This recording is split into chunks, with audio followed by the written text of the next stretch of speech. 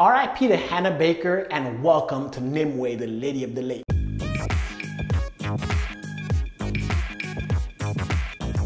Hey guys, Shalon here, welcome to the Bin Zone. And in this video, we're gonna break down the ending, the plot, and the future storylines that the next season of Curse will go into.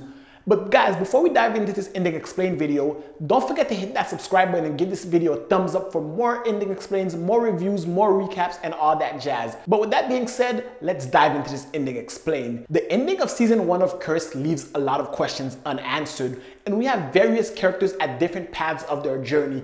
We know that this season is a prequel to the Arthurian legends, the legends of King Arthur, and it's being told from the story of Nimue, the Lady in the Lake. And at the end of the season, two very important characters died.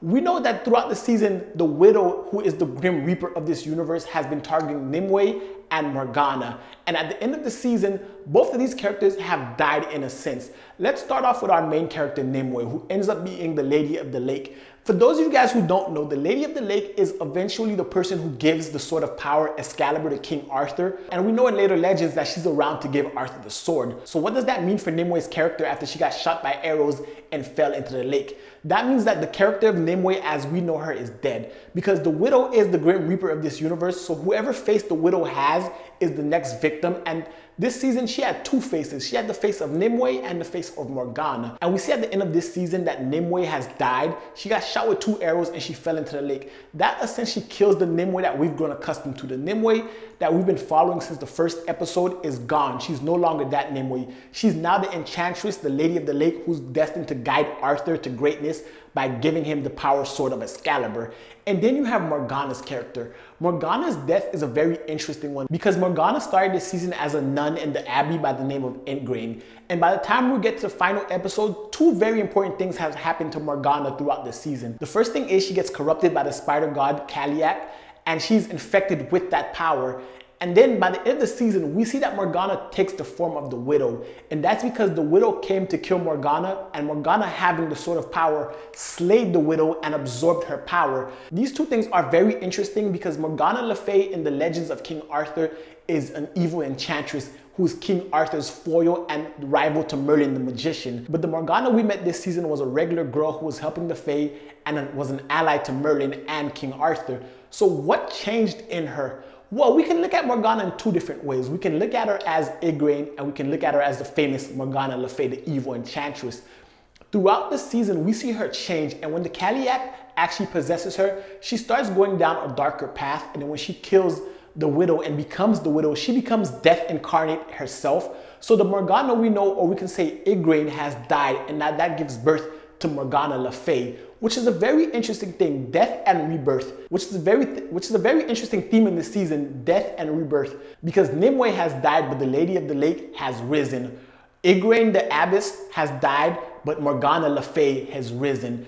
And then we have other characters throughout the season who have also died and are destined to be risen. And that's very interesting because we have other characters who go through the cycle of death and rebirth throughout the season. We have Sir Gawain. Last we saw Gawain, he was killed by the Red Paladins and he was absorbed by the earth after Nimue cried and shed tears over him. Now at first glance, we could think Gawain is dead, but Gawain is the Green Knight. And in the King Arthur legends, the Green Knight is the Knight of Death and Rebirth. In the stories, Gawain has been killed and came back to life. Gawain lost his head and has come back to life with his head on his arm. So this character is destined to be reborn again. So even though we see that he passed away, and we know that King Arthur's knights of the Round Table consist of Sir Gawain as the most noble and chivalrous of them all, we know that he is destined to come back next season.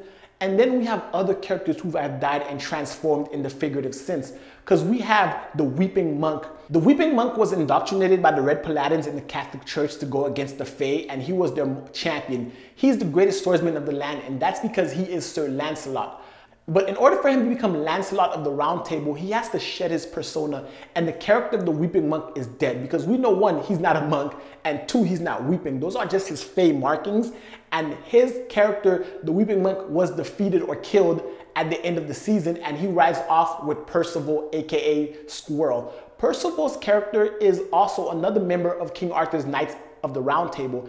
He grows up to be the one who goes on the quest for the Holy Grail because he is an inspiring knight. He's younger than the rest of them and he wants glory and fame, and he is one of pure-heartedness, and that's why he goes on the journey of the Holy Grail, which is very on brand for the character of Squirrel, aka Percival, because throughout this season, he's the one that's been going above and beyond and trying his best to be a knight and going on certain quests. And you see that camaraderie form between Percival and Lancelot. And Lancelot being the greatest knight in the show and the greatest knight on King Arthur's court, and Percival, who is aspiring to become the greatest knight of King Arthur's court. He's the next generation of the King Arthur's court. So he's destined to rise, and the best way to have him become the greatest knight of the next generation is to work and serve under and be a squire to the Weeping Monk, aka Lancelot. So you have the greatest knight of this generation training the next knight to take his place.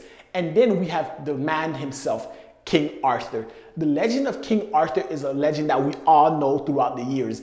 And in this season, we see that King Arthur starts off as a sellsword, a nobody with no land, no title, no nothing to his name. But we know eventually he becomes the wielder of Excalibur and the greatest king Britannia or England, however you want to call it, has ever seen. But before that, he has to grow into that character, and we leave him at the end of the first season taking the first steps to becoming king of this land. Because when we first meet Arthur, he has nothing, but by the end of this first season, we see that he has the Fae as well as the Red Spear Vikings.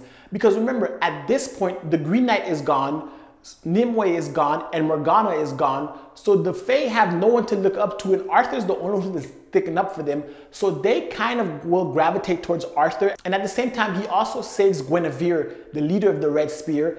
And because of that, she and her people will not entrust Arthur. So he's also building up his reputation, building up the following of the people. And the fact that he's human means that he can bridge the Fae, the Vikings, and the humans of Britannia under his rule, and he can actually be the King Arthur we know. If you guys noticed, I just name dropped Guinevere earlier, and yes, the Red Spear Viking woman is Guinevere, King Arthur's eventual wife and the Queen of Camelot and the Queen of his kingdom. And that's an interesting take on the character, and we see that her and Arthur meeting now set the foundations for their future relationship, which ultimately ends in tragedy. But before we dive into their tragedy, let's take a sidestep and look at Merlin himself, because Merlin plays such a prominent role in this season, and he plays such a prominent role in the Arthurian legends. Merlin in this season had no magic because he was cursed by the sword, and that's where the title of the show comes from, cursed. The sword itself is cursed, not Nimue the character, because throughout the first season, we're led to believe that Nimue is cursed, but she's not cursed. She's actually blessed by the Hidden, and the Hidden being the mystical force of this universe that guides magic and power throughout. They chose Nimue as their champion, and her being the champion of them, she's actually blessed. And that's why when the demon bear attacked her in the first episode and clawed her back, that the Hidden stepped out and killed that bear. No matter what happens to Nimue, we always see the Hidden manipulating the world around her to protect her. So she was chosen, but she only became cursed when she got in contact with the Sword of Power, when she got in contact with Excalibur. Because the Sword of Power is Excalibur, and that's a cursed weapon. And when Merlin comes in, Merlin realizes that the sword itself is cursed and he wants to destroy it. Because at one point throughout the story, Merlin was the wielder of the sword, and we saw the sword melding and meshing into Merlin and becoming one with him, corrupting him. Just like throughout the first season, the sword actually was corrupting Nimue the longer she had it. She's kind of like Frodo in that sense, that she was more pure than the other characters, so she could resist it longer. Because even when Morgana had the sword for very little time, she was then possessed by the Kaliak. And that shows that whoever holds the sword eventually is doomed, which plays perfectly into the legends of King Arthur, because we know Arthur ultimately wields Excalibur and the Sword of Power and becomes king of everything. But with him wielding the sword, Arthur also is cursed when he becomes king, because throughout the King Arthur stories, all of Arthur's stories end in tragedy where he's killed before his time, and that's due to his possession of the sword. So them adding that element of the Arthurian legend to this show really makes it come alive and really brings home the fact that this sword is cursed. Anyone who wants the Sword of Power will be cursed. And that's a very interesting take on the once mighty and noble sword Excalibur, because usually throughout legends, it's just a powerful sword that chooses the worthy king. But in this show, the Sword of Power is the cursed weapon, and whoever wields great power must also wield great responsibility. That's not how that saying goes. It's with great power comes great responsibility. Yeah. But whatever, you guys know what I'm saying. So with understanding the Sword of Power is cursed, Merlin's task is even more daunting than before. He has to destroy it, but at the same time, we have all the legendary characters of King Arthur in their place, getting ready to set up a following season and rise to become the great heroes that we know of. We know Arthur is uniting the Fae as well as the humans under his banner. We also know that Gawain is dying and being reborn. Nimue is now the fabled Lady of the Lake. Morgana is on path to becoming the great evil sorceress Morgana Le Fay, and she's going to become not only King Arthur's greatest rival, but Merlin's greatest rival, which is interesting because Merlin actually left for Morgana and sort of kind of taking her under his wing to give her tutelage of magic, which will add to her power and add to her notoriety. And then we have Lancelot and Percival also setting themselves up to become champions of the Fae and eventually champions of King Arthur. So all the pieces are in place for the following season to expand on the story of King Arthur, to expand on the mythology. But anyway, guys, that's the ending for Cursed Season 1. Let me know your thoughts in the comment section below. What was your favorite part about this season? What did you like? What did you not like? Let me know in the comment section below. And if you're new here, don't forget to hit that subscribe button, give the video a thumbs up. And until next time, binge on.